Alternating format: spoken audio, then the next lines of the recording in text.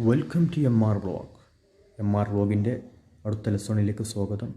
ഇന്നത്തെ ലെസണിൽ ഞാൻ പറയാൻ പോകുന്നത് സിമ്പിൾ പാസ്റ്റ് ടെൻസിനെ കുറിച്ച്. കഴിഞ്ഞു പോയ ഒരു പ്രവൃത്തിയെ പറയാനോ സൂചിപ്പിക്കാനോ വേണ്ടിയാണ് സിമ്പിൾ പാസ്റ്റ് ടെൻസ് ഉപയോഗിക്കുക. സിമ്പിൾ പാസ്റ്റ് ടെൻസിൽ വെർബ് ടു ആണ് ഉപയോഗിക്കുക.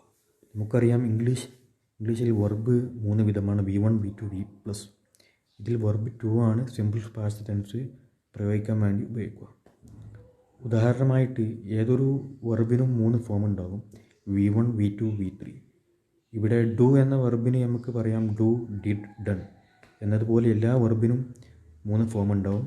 അതിൽ സിമ്പിൾ പാസ്റ്റ് ടെൻസ് ഉപയോഗിക്കാൻ വേണ്ടി വെർബ് ടു ആണ് ഉപയോഗിക്കുക. ഇവിടെ നമുക്ക് ആദ്യമായി വരുന്ന ഉദാഹരണം: he boat A new car. അവനൊരു പുതിയ കാർ വാങ്ങി. ഇവിടെ ബോത്ത് എന്നാണ് വെർബ് വരുന്നത്. ബൈ ബോത്ത് എന്നാണ്.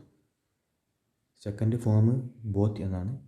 ഈ ബൈ എന്നതിൻ്റെ വെർബിൻ്റെ 3 സെക്കൻഡ് ഫോം ബോത്ത് എന്നാണ്, തേർഡ് ഫോം ബോത്ത് എന്നാണ്.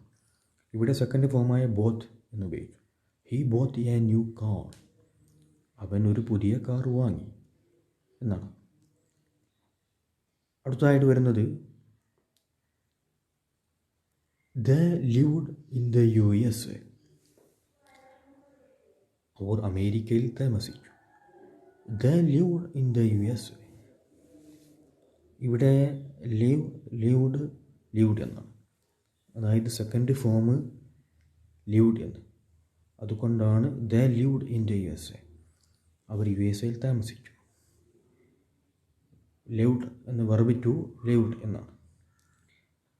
അടുത്തതായിട്ട് you came here at 6 o'clock. നീ ഇവിടെ 6 മണിക്ക് വന്നു. ഇവിടെ കം എന്നാണ്. V2 വെർബ് വരുന്നത് കെയിം എന്നാണ്. സിമ്പിൾ പാസ്റ്റ് ടെൻസിൽ V2 ഉപയോഗിക്കുമ്പോൾ you came here at 6 o'clock എന്നാണ്. അടുത്തതായിട്ട് വരുന്നത് I saw a movie last week. കഴിഞ്ഞ ആഴ്ച ഞാനൊരു ഫിലിം കണ്ടു, അല്ലെങ്കിൽ കഴിഞ്ഞ ആഴ്ച ഞാനൊരു സിനിമ കണ്ടു. I saw a movie last week. ഇവിടെ സീൻ എന്നാണ്. V2 വരുന്നത് സോ എന്നാണ്. അതുകൊണ്ടാണ് ഇവിടെ സോ എന്ന് ഉപയോഗിച്ചത്.